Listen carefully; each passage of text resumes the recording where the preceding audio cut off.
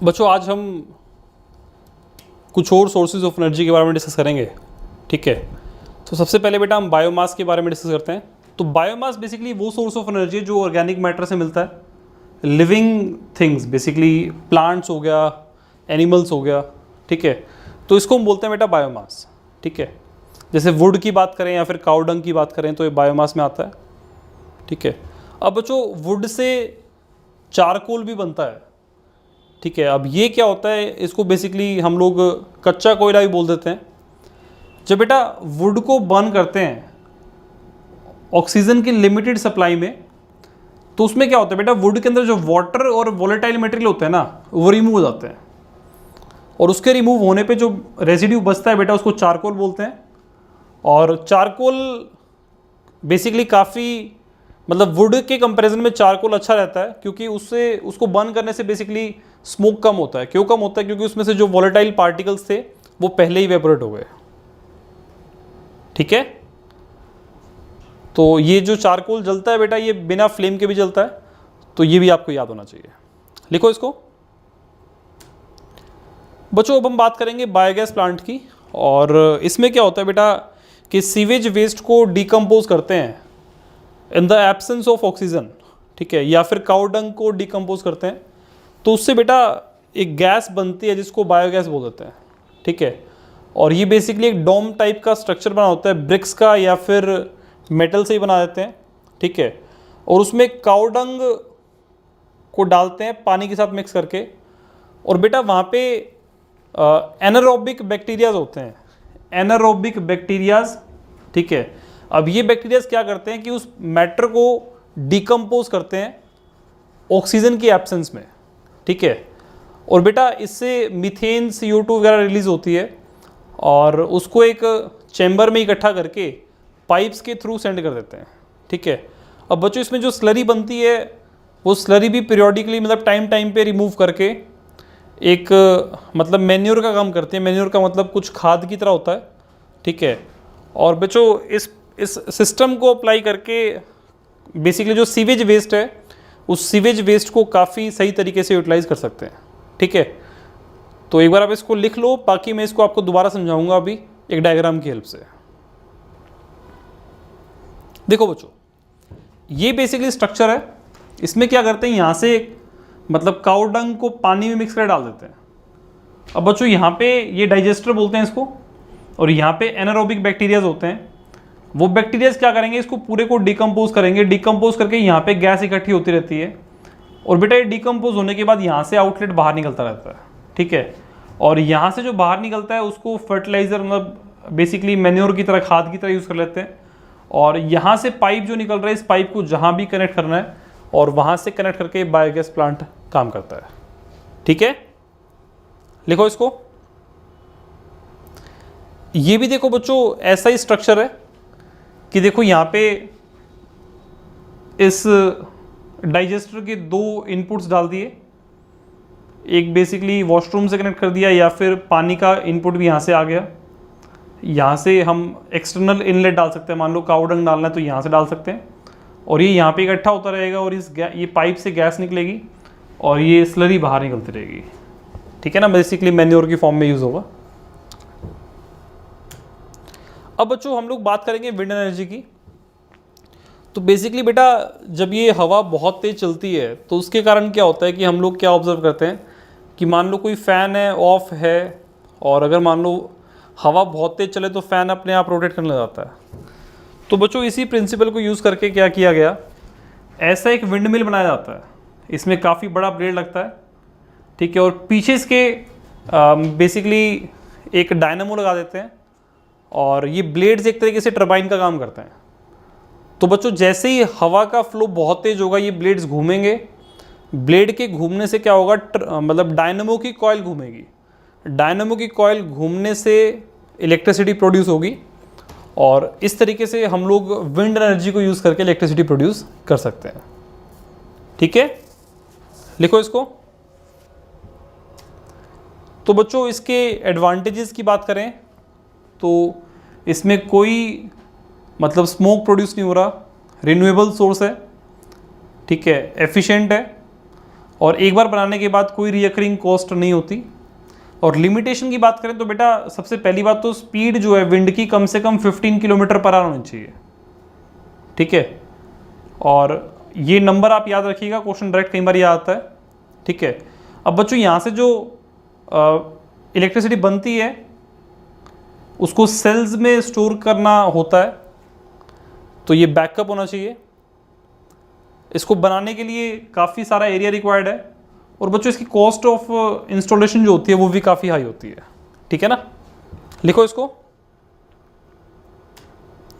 अब बच्चों हम बात करेंगे सोलर एनर्जी की। तो बच्चों सोलर एनर्जी वो एनर्जी होती है जो सन से मिलती है, ठीक है। और बच्चों मतलब सन से हीट की रेज आती रहती हैं, उन हीट रेज को यूज़ करके किस तरीके से हम लोग यूज़ करते हैं, तो बेसिकली यहाँ पे दो तरीके होते हैं, एक तो सोलर कुकर और दूसरा होता है सोलर सेल। तो पहले मैं आपको सोलर कुकर के बारे में बताऊंगा। तो बच्चों देखो, सोलर कुकर कुछ इस तरीके से क्यूबॉइड बॉक्स होता है। अब इसमें क्या क्या होता है बताता हूँ आपको।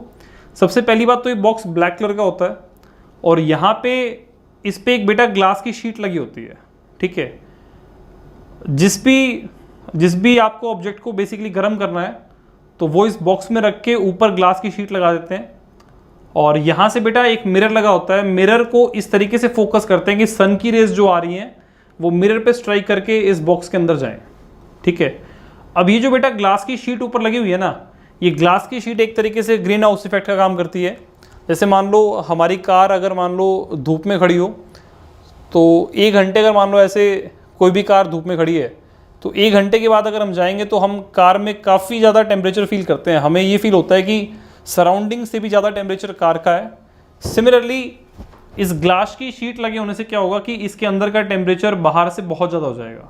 और दूसरा काम, अंदर ज़्यादा एनर्जी जाए इसके लिए ये मिरर लगा होता है कि जो नॉर्मल एनर्जी जा रही है वो तो जा ही रही है, ये मिरर क्या करेगा, इस मिरर पे स्ट्राइक होने वाली एनर्जी भी यहाँ पे जाएगी, ठीक है। इस मिरर को इस तरीके से सेट किया जाता है कि इसका फोकस इस ऑब्जेक्ट में बन जाता है, ठीक है। तो ये बेसिकली बेटा सोलर कुकर होता है, और इससे ऐसा नहीं है कि बहुत ज़्यादा हाई टेम्परेचर बन जाता है, पर हाँ मतलब कुछ अगर मान लो थोड़ा बहुत सामान गर्म करना हो तो इस तरीके से यूज़ हो सकता है, ठीक है। लिखो इसको। अब बच्चों हम बात करेंगे सोलर सेल की। तो बेसिकली आजकल सोलर सेल्स काफ़ी यूज़ हो रहे हैं, डोमेस्टिक में भी और कमर्शियली भी। और इससे बेटा क्या होता है कि घरों की या फिर हॉस्पिटल्स की या फिर हॉस्टल्स की छतों पे सोलर पैनल्स लगते हैं, ठीक है। उन सोलर पैनल्स में क्या होता है कि जब सनरेज इस पे हिट करती है तो यहाँ पे कुछ करंट प्रोड्यूस होता है, और वो करंट को बेसिकली बैटरी से कनेक्ट करके बैटरी में स्टोर कर लेते हैं, ठीक है। तो यहाँ पे एडवांटेजेस की बात करें अगर, तो इसमें कोई मूविंग पार्ट नहीं होता जैसा कि डायनामो में होता है। इसकी मेंटेनेंस काफ़ी कम होती है, मतलब एक बार पैनल लग गया तो इसकी लाइफ काफ़ी ज़्यादा रहती, ठीक है। इसको किसी रिमोट एरिया में भी सेटअप कर सकते हैं, मतलब रिमोट एरिया में सारे सोलर पैनल्स ले गए और वहाँ सेटअप कर दिया, तो एक बार मतलब बेसिकली इसको सेटअप करना आसान है, ठीक है। और डिसएडवांटेजेस की बात करें तो इसको बेसिकली बेटा सेटअप करना कॉस्टली रहता है थोड़ा सा, ठीक है। और मतलब रेगुलरली इसको मतलब थोड़ा सा मेंटेन भी इस तरीके से करना पड़ता है कि मान लो कोई डस्ट वगैरह इसके ऊपर जमती है तो वो हटानी पड़ती है, ठीक है ना। लिखो इसको। अब बच्चों हम बात करेंगे एनर्जी फ्रॉम द सी, और बेसिकली इसमें 2 टाइप की एनर्जी आती है, tidal energy and wave energy. तो इसको हम देखते हैं बेटा। टाइडल एनर्जी में क्या होता है कि जैसे अगर मान लो हम समुद्र के पानी के लेवल की बात करें ना, तो बेटा समुद्र के पानी का लेवल फिक्स नहीं होता। सी का लेवल क्या होता है कि डे टाइम में अलग होता है, इवनिंग में अलग होता है, ठीक है। और उसके अलग अलग होने का रीज़न होता है gravitational pull of the moon, ठीक है। अब बच्चों जब पानी का लेवल कम ज़्यादा होता रहता है तो होता क्या है कि जब पानी का लेवल ज़्यादा हो ना तो डैम बना करके उस पानी को इकट्ठा कर लेते हैं, और जब पानी का लेवल कम हो जाता है तो उस डैम से पानी को रिलीज़ करके इलेक्ट्रिसिटी प्रोड्यूस कर देते हैं, ठीक है। तो ये है कॉन्सेप्ट टाइडल एनर्जी का। और बेटा ये मोड ऑफ एनर्जी वहीं बन सकता है जहाँ पे समुद्र होगा, सी होगा, तो ये एक और इसका ड्रॉबैक है बेसिकली, ठीक है ना। एक है बेटा वेव एनर्जी, ठीक है। तो बेसिकली होता क्या है कि समुद्र के ऊपर जो हवा चलती है उसकी वजह से बेटा वेव्स बनती रहती है, ठीक है। अब वेव्स के पास काइनेटिक एनर्जी होती है, उस काइनेटिक एनर्जी को यूज़ करके भी टरबाइन को रोटेट कराया जा सकता है, और इस तरीके से जो एनर्जी बनती है उसको बोलते हैं वेव एनर्जी। बात क्लियर है? लिखो इसको। अब बच्चों हम बात करेंगे ओशन थर्मल एनर्जी के बारे में, ठीक है। अब बच्चों होता क्या है कि अगर मैं ओशन की बात करूं तो ओशन में जितना पानी है हर जगह टेम्परेचर सेम नहीं होता, ठीक है, और ऊपर टेम्परेचर ज़्यादा होता है, नीचे जाता है टेम्परेचर कम होता रहता है।